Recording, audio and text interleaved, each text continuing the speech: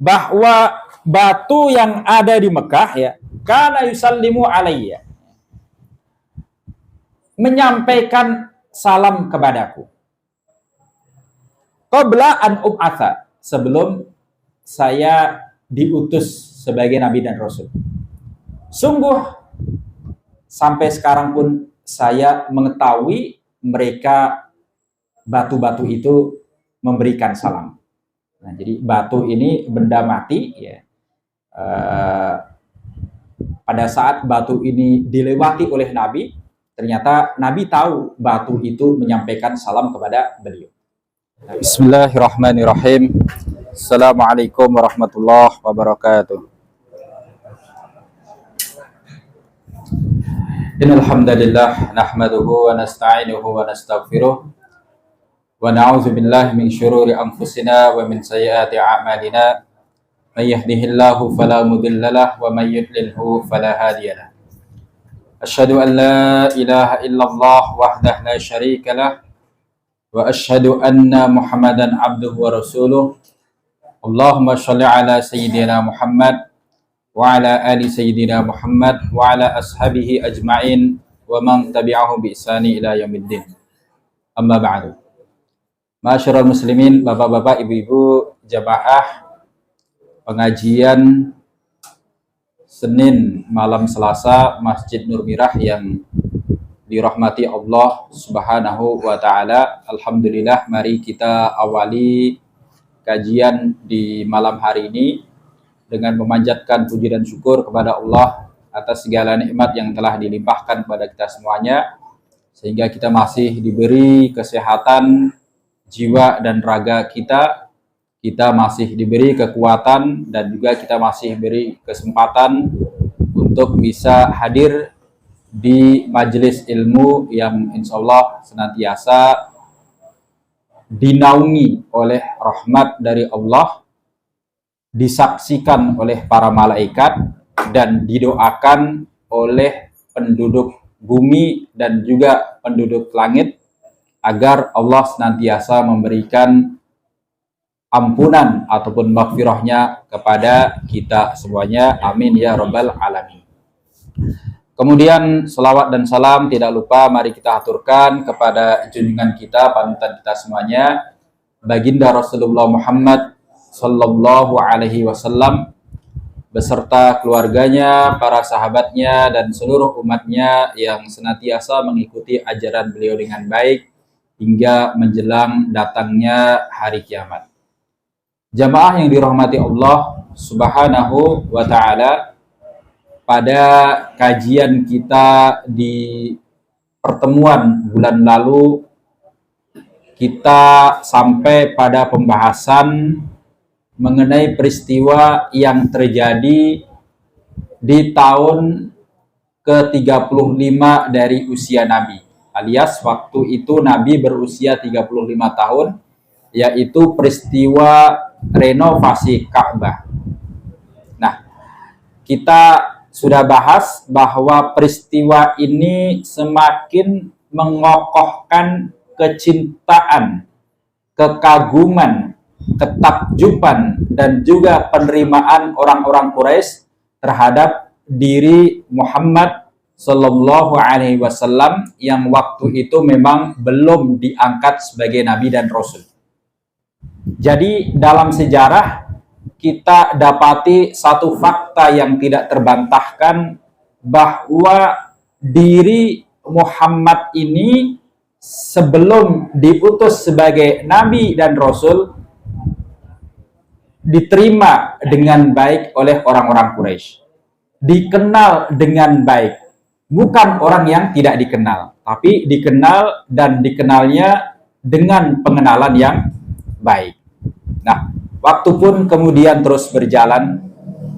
Di saat usia Muhammad mendekati usia 40 tahun, Allah menyiapkan untuk beliau satu keadaan sebagai pra-nubuwah, atau keadaan persiapan beliau mendapatkan wahyu. Dalam usia-usia itu beliau mengalami beberapa peristiwa luar biasa yang kalau dalam kajian akidah peristiwa itu disebut sebagai irhas. Jadi kalau peristiwa luar biasa itu terjadi pada diri seseorang yang menjadi nabi dan rasul, atau setelah ia menjadi nabi dan rasul, maka peristiwa itu atau keadaan itu dinamakan sebagai mukjizat, untuk menjadi bukti terhadap kebenaran risalah yang dia bawa. Nah, adapun kalau peristiwa itu terjadinya sebelum orang tersebut diangkat oleh Allah sebagai nabi dan rasul, maka namanya irhas. Nah, nanti ada hal lain yang juga sama-sama merupakan keadaan atau peristiwa yang luar biasa. Baik itu terjadi pada orang mukmin yang soleh, yang bukan nabi, atau kadang juga terjadi pada orang yang jahat, orang yang tidak soleh, bahkan pada orang yang tidak beriman alias orang kafir. Nah, yang terjadi pada diri orang mukmin yang soleh berupa peristiwa-peristiwa luar biasa di luar kebiasaan atau di luar hal yang bisa diterima oleh akal manusia, maka itu dinamakan dengan karomah. Nah, jadi karomah ini Allah berikan kepada wali-wali Allah, kepada hambanya yang soleh dan beriman, untuk menguatkan keimanan orang tersebut. Nah, adapun kalau peristiwa luar biasa itu terjadinya pada ahli maksiat, bahkan terjadinya pada orang yang tidak beriman kepada Allah, maka itu namanya sihir. Jadi yang mesti kita pahami antara mukjizat, irhas, karomah, dan sihir, meskipun sama-sama peristiwanya itu terlihat luar biasa, tetapi ada perbedaan yang jelas. Yang pertama, perbedaan dari sisi siapa yang menerimanya. Mukjizat dan irhas itu diterima oleh para nabi dan rasul. Karomah itu diterima oleh orang-orang yang beriman. Sementara sihir itu diterima oleh orang-orang yang ahli maksiat, orang-orang yang tidak soleh, bahkan ada pula di antara mereka yang memang tidak beriman alias kafir kepada Allah. Kemudian perbedaan berikutnya, mukjizat, irhas, dan juga karomah itu merupakan sesuatu yang luar biasa yang berada di luar kendali orang yang menerimanya. Alias Nabi Muhammad misalkan itu tidak bisa membuat atau menyengaja agar mukjizat itu datang kepada diri beliau. Demikian juga dengan irhas. Begitu juga dengan karomah. Misalkan ada di antara orang mukmin yang Allah beri karomah dengan sesuatu yang luar biasa, maka karomah itu tidak bisa diusahakan oleh orang tersebut agar datang kepada dirinya. Di luar kendalinya, tahu-tahu terjadi saja. Ketika dia ingin mengulangi lagi, ya nggak bisa. Alias, dari sisi kemampuan manusiawi, dari sisi ikhtiar manusiawi, dia tidak bisa mendatangkan atau bahkan juga mengulangi karomah tersebut. Misalkan ada wali mungkin kita pernah membaca dalam kisah-kisah orang-orang soleh, karomah para wali Allah ada di antara mereka mungkin yang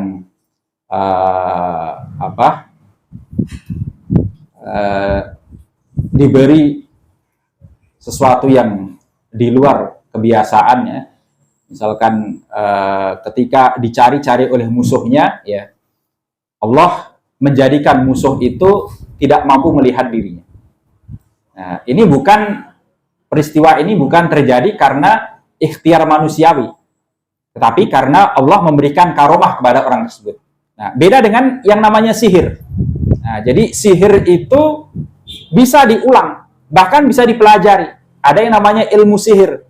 Tapi ilmu sihir itu bukanlah ilmu yang terpuji. Itu ilmu yang tercela. Nah, jadi sihir ini beda dengan karomah. Kalau karomah itu tidak bisa dipelajari, tidak bisa diupayakan agar datang, tetapi sihir itu bisa dipelajari, bisa diulang-ulang, bisa direkayasa. Nah, jadi memang di akhir zaman ini ya nanti akan terjadi peristiwa-peristiwa yang khawarikul ada, di luar kebiasaan, di luar nalar sehat manusia.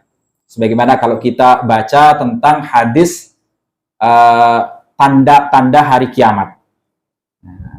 Oleh karena itu, ya kita sebagai seorang mukmin, ya kita mesti memahami, barangkali kita nanti akan dihadapkan dalam kondisi tersebut. Kita mesti memahami dengan baik mana yang namanya karomah, mana yang namanya sihir. Kalau mukjizat irhas itu sudah berlalu, kecuali Al-Quran ini merupakan mukjizat yang akan terus berlangsung, kekal, abadi sampai menjelang datangnya hari kiamat. Jamaah yang dirahmati Allah Subhanahu wa taala. Nah, kembali kepada masalah irhas. Jadi menjelang usia 40 tahun Allah menyiapkan satu keadaan kepada Muhammad sebagai pranubuwah. Nah, di saat itu ya Allah menunjukkan beberapa hal yang itu merupakan irhas, menjadi irhas bagi Nabi. Apa saja? Di antaranya Allah menunjukkan bahwa pohon-pohon, tanaman-tanaman itu menyampaikan salam kepada Nabi. Alias Nabi memahami ketika lewat di dekat pohon, misalkan pohon kurma. Nabi tahu, Nabi paham bahwa pohon itu menyampaikan salam kepada Nabi. Nah, hal ini sebagaimana disebutkan dalam sebuah hadis yang diriwayatkan oleh sahabat Jabir bin Samrah, qala Rasulullah sallallahu alaihi wasallam, inni la'arifu hajaran di Makkah kana yusallimu alayya qabla an ub'atha inni la'ariful an. Rasulullah menyampaikan, sungguh saya tahu, saya paham bahwa pohon-pohon, batu ya, saya ulangi lagi ya, batu ya, bukan tanaman ya, bahwa batu yang ada di Mekah ya, kana yusallimu alayya, menyampaikan salam kepadaku, qabla an ub'atha, sebelum saya diutus sebagai nabi dan rasul. Sungguh sampai sekarang pun saya mengetahui mereka batu-batu itu memberikan salam. Nah, jadi batu ini benda mati ya. Pada saat batu ini dilewati oleh Nabi, ternyata Nabi tahu batu itu menyampaikan salam kepada beliau. Nah, ini yang pertama. Kemudian selain itu ya, di antara irhas yang Allah berikan kepada Muhammad sebelum diangkat sebagai Nabi dan Rasul adalah Allah menjadikan mimpi Muhammad ini sebagai mimpi yang nyata, alias apa yang disaksikan oleh Muhammad dalam mimpinya ini benar-benar terjadi. Bahkan terjadi cetha welo-welo. Alias kejadian yang disaksikan oleh Nabi Muhammad di alam mimpi ini kemudian juga dialami oleh beliau di alam nyata. Plek. Nah, jadi mimpinya para nabi ini adalah satu kebenaran. Beda dengan kita ya. Nah, jadi mimpi ini kan ada tiga dalam hal atau mengenai masalah mimpi ini ya. Orang ini kan bisa dibagi menjadi tiga kelompok. Kelompok pertama adalah mereka yang mimpinya senantiasa benar. Ini adalah kelompoknya para nabi dan rasul. Kelompok kedua adalah orang yang mimpinya kadang benar, kadang salah, tapi banyak benarnya. Nah, ini adalah mimpinya orang-orang mukmin yang soleh. Nah, karena itu ya, ketika kita bermimpi mimpi yang baik, ya kita boleh menceritakan mimpi tersebut kepada orang lain. Tetapi ketika kita mimpi qadarullah yang kita lihat dalam mimpi itu sesuatu yang buruk, jangan diceritakan. Kenapa? Khawatir engkau nyata terjadi. Tidak usah diceritakan. Cukuplah kita simpan saja dalam benak kita. Nah, yang ketiga adalah orang yang mimpi kadang benar, kadang salah, tapi banyak salahnya.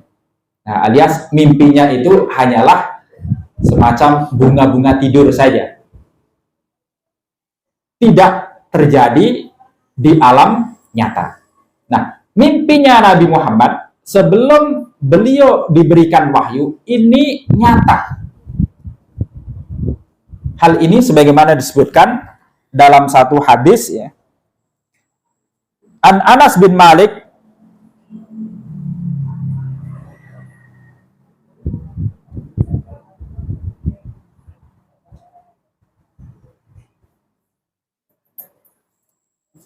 radhiyallahu anhu anna Rasulullah sallallahu alaihi wasallam qala ar-ru'ya al-hasanatu minar rajuli as-solihi juz'an min sittati wa arba'ina juz'an minan nubuwah. Jadi mimpi yang baik yang dialami oleh orang yang soleh itu merupakan bagian dari 46 bagian daripada kenabian.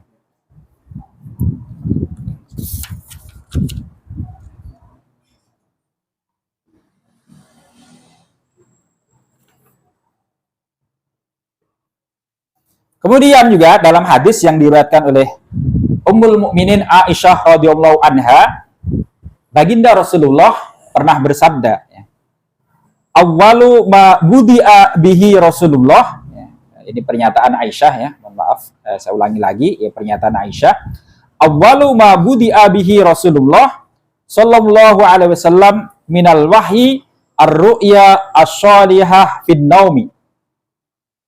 Jadi permulaan wahyu yang diterima oleh Rasulullah sallallahu alaihi wasallam itu adalah mimpi yang benar dalam tidurnya.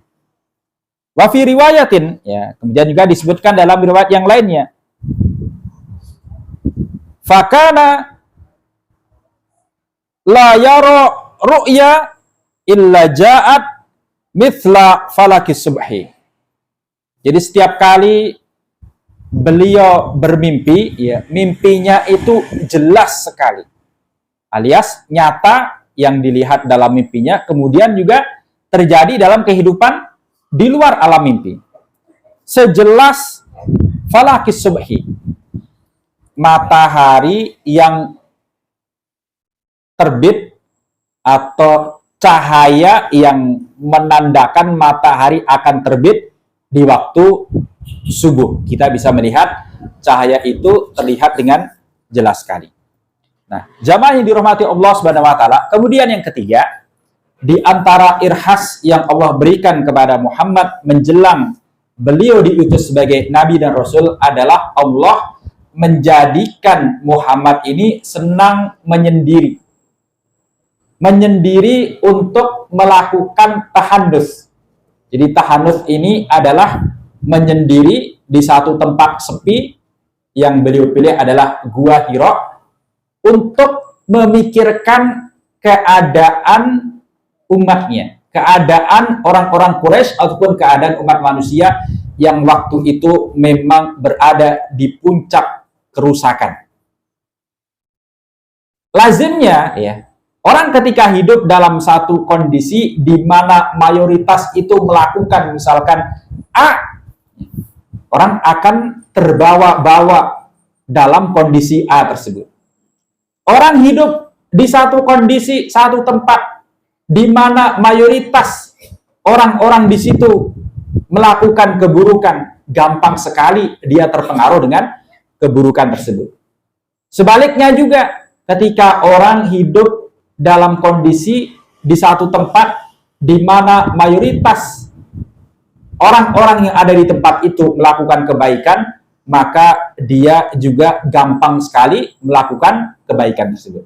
Nah, yang istimewa itu adalah ketika orang hidup di satu tempat, satu kondisi di mana mayoritas orang-orang yang hidup di tempat tersebut, bahkan di zaman tersebut, sudah rusak, tapi orang ini tidak terpengaruh dengan kerusakan tersebut. Allah jaga orang ini dari kerusakan tersebut. Nah, ini yang Allah berikan kepada Rasulullah.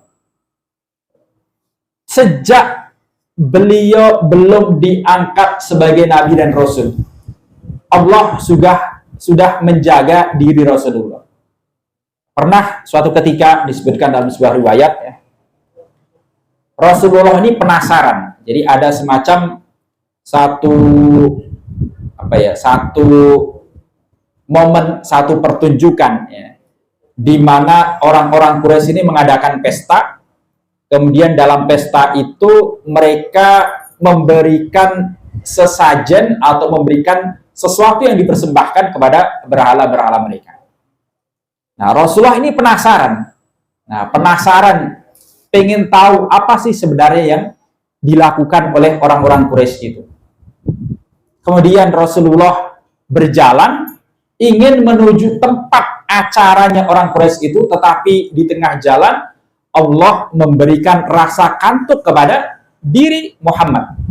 Ini sebelum beliau diangkat sebagai Nabi dan Rasul.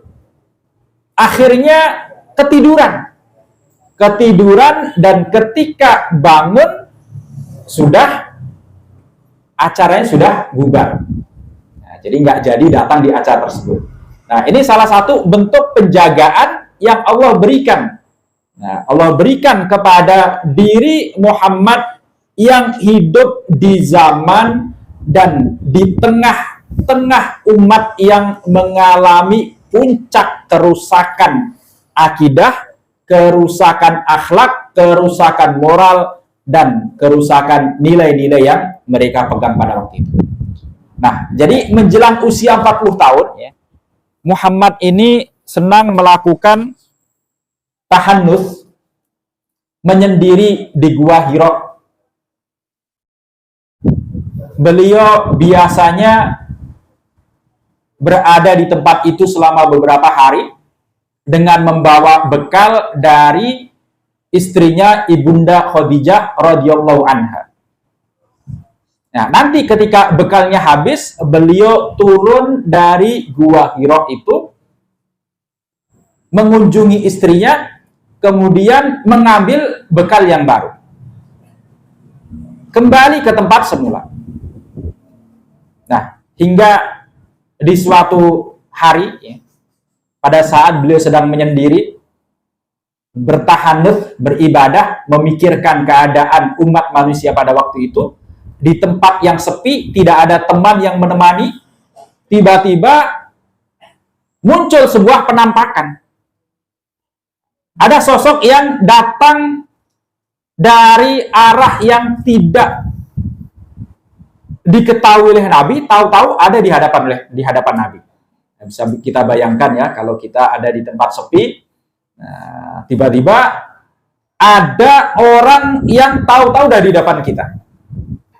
Pasti kita akan kaget. Bahkan mungkin ada di antara kita yang ketakutan. Ini siapa? Orang apa bukan? Nah, itulah yang dialami oleh Nabi. Nah, sosok yang ternyata adalah malaikat Jibril ini, yang baru pertama kali Nabi melihatnya, melihat malaikat Jibril dalam wujud manusia. Sosok ini kemudian menyampaikan perintah kepada Nabi, Iqra. Nah, karena Nabi ini adalah ummi alias tidak bisa membaca dan menulis, maka Nabi menjawab, ma ana biqori. Saya ini tidak bisa membaca. Nah, begitu memberikan jawaban bahwa beliau tidak bisa membaca, malaikat Jibril ini kemudian membelok Nabi, mendekat Nabi dengan dekapan yang sangat keras sekali. Sehingga Nabi ini merasa tidak nyaman. Kemudian dilepaskan oleh malaikat Jibril, dan sekali lagi malaikat Jibril memberikan perintah, Iqra, baca. Sekali lagi Nabi menyatakan, ma ana biqori, saya tidak bisa membaca. Sampai ketiga kali baru Nabi kemudian bertanya, lama aqra, apa yang harus saya baca? Udah 3 kali baca ya, Nabi menyatakan nggak bisa baca, masih saja diulang. Akhirnya Nabi menyampaikan, apa yang harus saya baca? Barulah setelah itu malaikat Jibril membacakan ayat pertama hingga kelima dari surat Al-Alaq, yang ini merupakan wahyu atau ayat-ayat yang pertama kali turun dalam sejarah Islam. Malaikat Jibril membacakan, Iqra bismi rabbikal ladzi khalaq, khalaqal insana min 'alaq, Iqra wa rabbukal akram, alladzi 'allama bil qalam, 'allamal insana ma lam ya'lam. Bacalah ya, dengan menyebut nama Tuhanmu yang menciptakan. Dia menciptakan manusia dari segumpal darah. Bacalah, dan Tuhanmu maha mulia.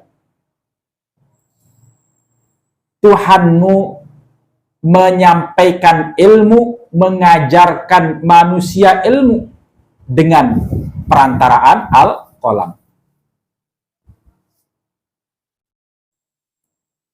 Nah, jamaah yang dirahmati Allah Subhanahu wa taala, ketika Nabi menerima ayat yang di situ ada perintah untuk membaca, Nabi menjawab, saya tidak bisa membaca. Karena memang beliau ini ummi. Dan memang pada waktu itu orang-orang Arab, terutama yang tinggal di wilayah Hijaz dan sekitarnya, selain yang ada di Yaman dan juga selain yang ada di Syam, rata-rata mereka atau mayoritas mereka ini adalah orang yang tidak mampu membaca dan menulis. Budaya membaca dan menulis itu tidak berkembang di kalangan mereka. Kenapa demikian? Karena mereka memang nggak butuh keterampilan membaca dan menulis. Pada waktu itu mereka hidup bersuku-suku dan hidupnya banyak yang nomaden, alias pindah satu tempat ke tempat yang lainnya. Keterampilan yang mereka perlukan tentu bukan keterampilan membaca dan menulis, tapi keterampilan bagaimana caranya bisa bertahan hidup di tengah padang pasir yang alamnya demikian keras. Bagaimana caranya mereka bisa merebut tempat yang bisa untuk mereka jadikan sebagai tempat melanjutkan kehidupan mereka dari suku lain yang sudah menempati. Makanya orang Arab itu memang hobinya perang dulu sebelum datangnya Islam. Nah, jadi dalam keadaan seperti itu, orang-orang yang seperti itu memang mereka nggak butuh membaca dan menulis. Nah, di kalangan orang-orang Arab sendiri di zaman jahiliyah, setidaknya ada dua pandangan yang lazim menyebar di kalangan mereka mengenai orang yang bisa membaca dan menulis. Yang pertama adalah pandangan yang merendahkan. Jadi orang Arab sebelum zaman Islam ya, mereka biasa menjalani pendidikan atau pendidikan di kalangan mereka itu dilaksanakan dengan cara menghafal. Apa yang mereka hafal? Pertama, mereka menghafal syair. Jadi syair-syair itu hafal mereka. Bahkan ada saat-saat tertentu mereka melakukan festival, semacam pertunjukan syair di pasar Ukat. Kemudian yang kedua, selain syair, ya, yang biasa dihafal oleh orang Arab itu adalah cerita-cerita terutama terkait dengan cerita kepahlawanan yang terjadi pada leluhur mereka di zaman jahiliyah. Kemudian yang ketiga, yang biasa mereka hafal, mereka sampaikan dari satu generasi ke generasi berikutnya adalah masalah nasab. Nah, jadi orang Arab ini memang tradisinya menghafal nasab itu kuat sekali. Makanya kita dapati ya ketika kita mengkaji sirah Nabi Muhammad itu nasabnya sampai adenan itu tercatat dengan baik. Awalnya itu disampaikan melalui hafalan. Nah, kemudian nanti dicatat oleh para ulama kita. Nah, kelompok pertama ini ya, mereka kalau melihat ada orang Arab bisa membaca dan menulis, mereka memandangnya dengan pandangan yang merendahkan. Kenapa demikian? Karena menurut mereka yang namanya orang cerdas itu adalah dengan memiliki kemampuan hafalan yang baik. Jadi kalau ada orang yang dia belajar membaca, belajar menulis, menurut mereka ini sebenarnya orang ini adalah orang yang tidak cerdas. Tidak kuat hafalannya. Karena itu untuk menutupi kelemahan dia dalam menghafal, maka orang ini kemudian butuh mencatat, butuh menulis hal-hal yang oleh kebanyakan orang di zaman itu bisa dihafal dengan mudah.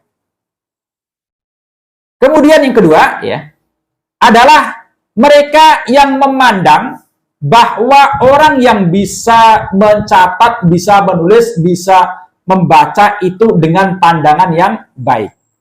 Menurut kelompok yang kedua ini, orang yang bisa membaca dan bisa menulis ini adalah orang yang kecerdasannya sempurna. Kenapa demikian? Dalam tradisi yang berkembang di kalangan mereka, rata-rata orang-orang Arab pada waktu itu memang mereka kuat hafalannya. Sangat kuat hafalannya. Jadi sedikit sekali di antara mereka ini yang hafalannya tidak kuat. Karena memang budaya menghafal itu menjadi budaya yang dikembangkan oleh masyarakat Arab di zaman jahiliyah. Nah, begitu ada orang yang bisa membaca dan bisa menulis, ini oleh kelompok kedua dipandang sebagai orang yang sempurna, alias hafalannya sudah pasti bagus, ditambah lagi dengan catatan, dengan tulisan yang akan menguatkan hafalan dia. Nah, nanti ketika Islam datang, Islam menempatkan dua tradisi ini dengan baik sekali. Islam juga memberikan tempat dalam proses belajar dan mengajar pada metode menghafal. Demikian juga Islam juga mengembangkan budaya tulis menulis. Sehingga kita dapati ya, banyak ulama kita ya, selain kuat hafalannya juga kuat tulisannya. Hafalannya bagus, tulisannya juga rapi. Dan ini merupakan tradisi ulama kita yang perlu untuk kita warisi. Nah, jamaah yang dirahmati Allah Subhanahu wa taala, maka ya, setelah Nabi menerima ayat pertama hingga kelima dari surat Al-Alaq di Gua Hira ini, Nabi juga belum kenal siapa sosok yang berwujud manusia yang tiba-tiba datang di hadapannya dan membacakan ayat-ayat tadi. Nabi belum kenal waktu itu. Maka Nabi segera meninggalkan Gua Hira begitu sosok itu hilang dari hadapannya. Kalau kita yang mengalami itu, ya, saya yakin pasti kita akan mikir ini ketemu jin. Betul tidak? Atau ketemu hantu. Laras ya? Nah, apa yang dipikirkan oleh Nabi pada waktu itu kurang lebih seperti itu. Nah, karena itu beliau kemudian segera pulang menemui istrinya, Ibunda Khadijah radhiyallahu anha, dan menceritakan peristiwa yang baru saja dialami. Bahkan sampai di rumah pun Nabi masih gemetar ketakutan. Sampai beliau meminta kepada Ibunda Khadijah, tolong selimuti aku, zammiluni. Selimuti aku, selimuti aku.